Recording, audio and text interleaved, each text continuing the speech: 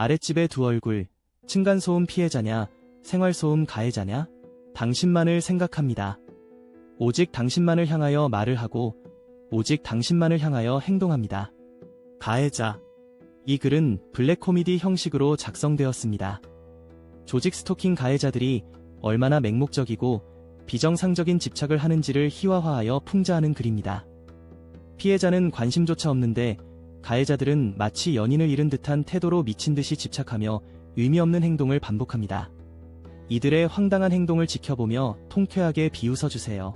조직 스토킹은 단순한 괴롭힘이 아닙니다. 이는 조종된 광기의 극단적인 형태일 수 있으며 가해자들은 스스로 생각한다고 믿지만 전파 무기와 뇌파 생체 실험의 영향으로 조종된 상태일 가능성이 큽니다. 결국 이 시스템은 사회 전체를 통제하려는 도구로 활용될 수 있습니다. 이제 본문을 통해 그 기괴한 현실을 함께 조롱해봅시다. 아랫집의 두 얼굴 층간소음 피해자냐 생활소음 가해자냐?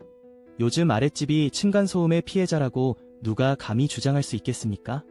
그들이 진정한 피해자라는 주장은 마치 청소를 게을리하던 그날의 유산처럼 무겁고 고약한 소리로 울려 퍼집니다. 반대로 그들의 생활소음이 오히려 층간소음 피해자인 사람들을 괴롭히고 있다는 사실을 알게 되면 이 나쁜 운명이 가벼운 풍자거리로 변모하는 것을 느낄 수 있습니다. 아랫집에서 살아가는 그 사람들, 즉 저희의 용감한 아랫집 주민들은 늘 보이지 않는 곳에서 큰 소리를 내며 자신들의 고생담을 이어갑니다.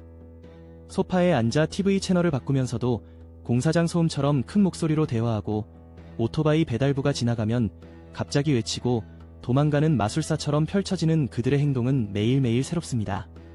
여기 아랫집이야 라는 외침은 단순한 사랑의 고백처럼 들리지 않습니까?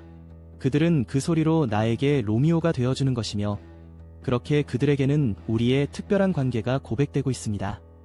이어지는 내용은 블로그 게시물에서 확인하실 수 있습니다. 게시물 링크는 더보기란 또는 고정 댓글을 참고해주세요. 영상이 도움이 되셨다면 좋아요와 구독 부탁드립니다. 감사합니다.